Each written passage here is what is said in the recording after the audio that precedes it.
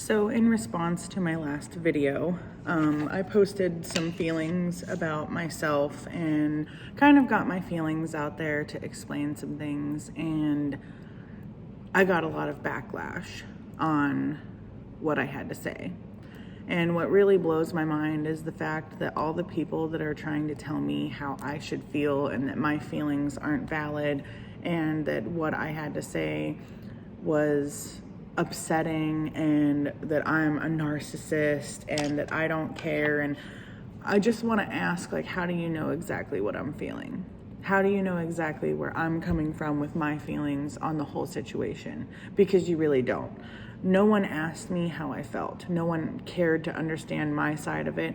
Yes, I understand totally that when you have a separation and there's kids involved, nobody is going to feel like it's the best situation. And for everyone to think that I just walked out of this like unscathed and upset or unhurt or whatever, that's not the case. Nobody knows what I'm going through. No one cared about my side. There's two sides to every story. And just because you see a side that's happening right now and you see a side that's happened over the last couple months doesn't mean that my side or the other person's side is any less worse than the other one. Like, I can freely admit that I've done things that I don't agree with. I can freely admit that I've handled things not the way that they should have been handled. I can admit that. I know where I've messed up. I've done a lot of counseling. I've done a lot of self-acceptance. I've admitted to a lot of things. But no one wants to take into consideration what happens behind closed doors. And that's what really gets to me, is someone will sit here and say, oh, well, this happened and this is what we're dealing with. But they don't know like the things that have happened alone with somebody. Like what happened between those two people alone. And what is really disgusting is the fact that everyone who wants to get in my business has problems of their own that they can't handle, so they want to handle everybody else's problems.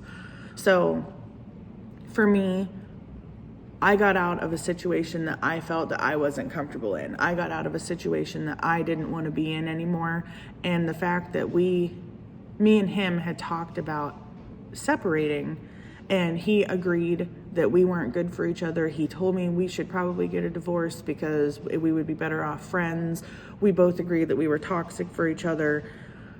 And then I decided to do what's best for me.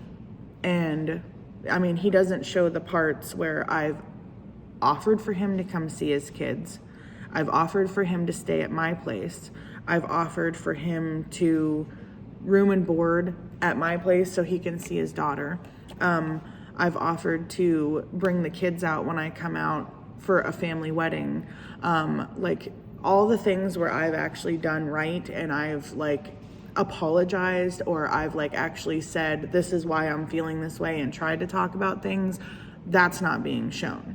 It's not being shown on how I was trying to explain my side of it. And nobody really knows what I've actually been through. 10 years is a long time to be with somebody. In the beginning, I was young, dumb, and didn't really know how to handle a relationship. I was a new mom. My son was, new, 10 months old. I had never had a kid to myself. I was dealing with another divorce. I was young and stupid. So moving forward, being with somebody, nobody gets along. Not everybody gets along. That's not the way that marriages work. The thing is, though, when I can sit there and tell a counselor, this is everything that I've done wrong, I know what I've done wrong, can you please tell me how, this person's wrong and how I'm wrong? That's taking a big step to be able to admit that you're wrong. And what I love here is that everybody thinks that I just started dating a guy and just shoved him down my kids' throats and I'm expecting them to call him dad and all this stuff. That's not the case. I've been checked out of my marriage for a couple years. I stayed for the kids, and I stayed because I was hoping to fix it. I offered to go to counseling with my ex. I offered for him to go with me for him to understand my mental issues and to have him get help as well, so we could be able to talk to each other in a neutral environment. Because anytime that I tried to talk about anything, I would use this tone. He didn't agree with what I had to say and he'd flip out and leave. I wanted a neutral environment for us to be able to sit and talk and work things out for the kids. And that didn't work. He didn't want to do that. He didn't want to go to counseling. He flat out said, I'm not going to go sit in a room with somebody who paid thousands of dollars to get a degree, tell me how to be married. No, I'm not doing it. He didn't want to work with me. He didn't want to work out the marriage. When I would sit down, I would try to have someone mutual sit down with us and talk, and they would always pick a side. I didn't want somebody that was family that didn't like me, or that was my friend that didn't like him, sit in the middle and try to buffer the relationship. I wanted somebody to sit down and actually talk to both of us and work things out. Regardless of what everybody feels, regardless of how they feel that I'm shitty, my feelings and my mental health matter, regardless of what anybody feels or thinks. I'm not saying that his mental state and his feelings don't matter either. But the thing though is, I left because of the way things were going. I was not okay. I was going to counseling. My mental state was not okay. I was taking medication. The medication that I was on, the one made me more suicidal. The other one made me feel like a zombie. I tried to talk to him. I told him where I was at mental wise. He told me that my anxiety and depression was BS. Every time that we would fight, he would never acknowledge that the way that he handled things would trigger me and I would act mean. We've already been over this. My friends know all about my issues. My family knows all about my issues. I don't sit over here and sugarcoat things. I don't sit over here and make things up to make me feel and look better, because the fact that everyone wants to say that I don't care about other people's feelings is BS. Because I've told my boyfriend, I've told my family, I've told my friends exactly how I feel and how bad I feel for everything, and that I feel horrible for taking kids out of a situation to put them in another situation, but the situation that I'm in is better.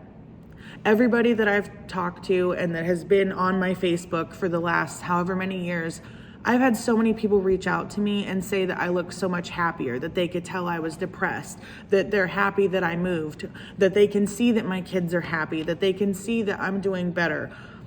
Just because I decided for me and the kids to uproot and move because not being in a good situation. We were living in a cabin that wasn't fully finished. We were living out of town with a crappy hospital that would have to ambulance you to another hospital anyway if something major happened. We didn't have a good school system there. The school that was there had COVID and it was shut down constantly. There was no daycares for my daughter to go to school. There's other reasons besides the marriage not being good and us fighting so bad that my mental health was going down and his mental health was going down. Yes, I would get mean. I would say hurtful things, but the fact that my ex got in my face and told me that he was gonna beat me up, that he was going to box me because he didn't agree with something, that he started flipping furniture and throwing things and punching shit and calling me the C word. All of that is not valid. All of that is not an excuse for somebody making you that upset. Maybe you should have gone to counseling with me. Maybe he should have went and sat with me in a counseling session in a neutral environment and worked it out. Not flipped out and got violent and started calling me all these crazy names and telling me that I'm disgusting and I'm a horrible mother. And nobody's perfect. I'm not perfect. I know that 100%. I know how messed up I am. I know the things that I've done. But the thing is, I've accepted it.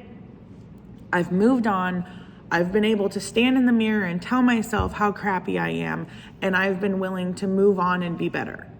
The fact is, everybody wants to get in my business and everybody wants to try to handle my business and tell me how crappy I am. Okay, nobody's really been there for me. Nobody's really cared about me and my situation. I've paid for people to go on vacations. I've paid for people's food. I've paid for people's things. I've bought them stuff. I've done all these things for them because I care too much. I've let people walk all over me, and what has that got me? That's got more people that are in my business right now walking all over me or trying to walk all over me. But see, here's the thing. You need to sit back and look at you. You need to take a look at the mirror and realize how messed up you are. What about you and your problems? What about the things that you've done in life? What about how you're not perfect and you've messed things up? I mean, I can go from getting pregnant and getting abortions to letting my boyfriend get my best friend pregnant and take care of the baby. I can go from like treating my ex like crap or treating my husband like crap and kicking them out instead of acknowledging their alcoholic problems and working with them. Like, I'm not perfect. You're not perfect. Nobody's perfect. But the thing is, you get up, you look in the mirror, you tell yourself to do better, and you do better.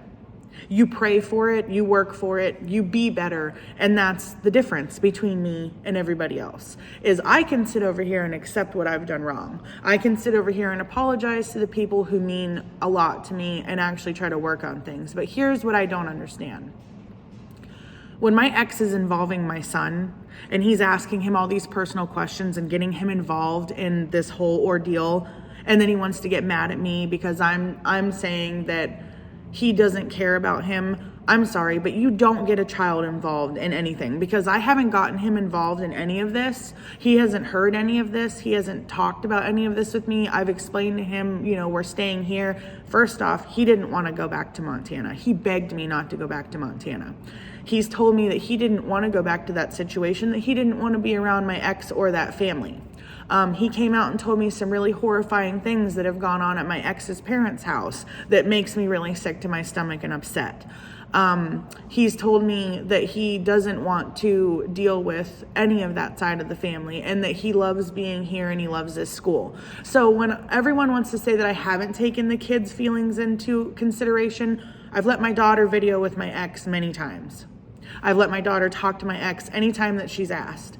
I've let my son freely talk to my ex because I'm not going to cut that off. But when you start involving my son in our relationship and in our separation, and you start asking him personal questions and trying to feed information out of him, and then my ex's mom is trying to feed information out of him, what kind of bedroom are you sleeping in? What is your mom doing? Where does she sleep? You don't need to involve children in this stuff. Like, I'm upset for legit, actual reasons. I'm over here being mean in text messages that everybody's reading because of the way that my ex has handled things. I'm not just being a nasty, disgusting person because I just want to be and I love to be mean. That's not me.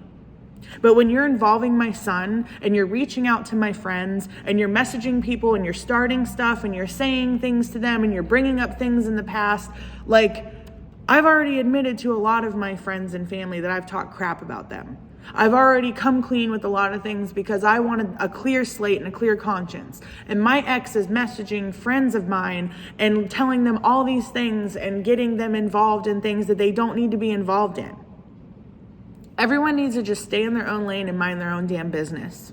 You could support the person, you could care about what they're going through, but you don't need to reach out to me and freak out. You need to worry about yourself. Okay? Because I'm worried about myself and my mental health and taking care of my kids and doing what I need to do. There's two sides to every story.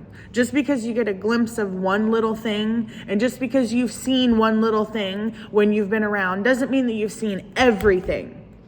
Not saying I'm perfect, not saying that I handled things the way that I should, but when you haven't been around for every single thing that has gone down, you have no room to talk.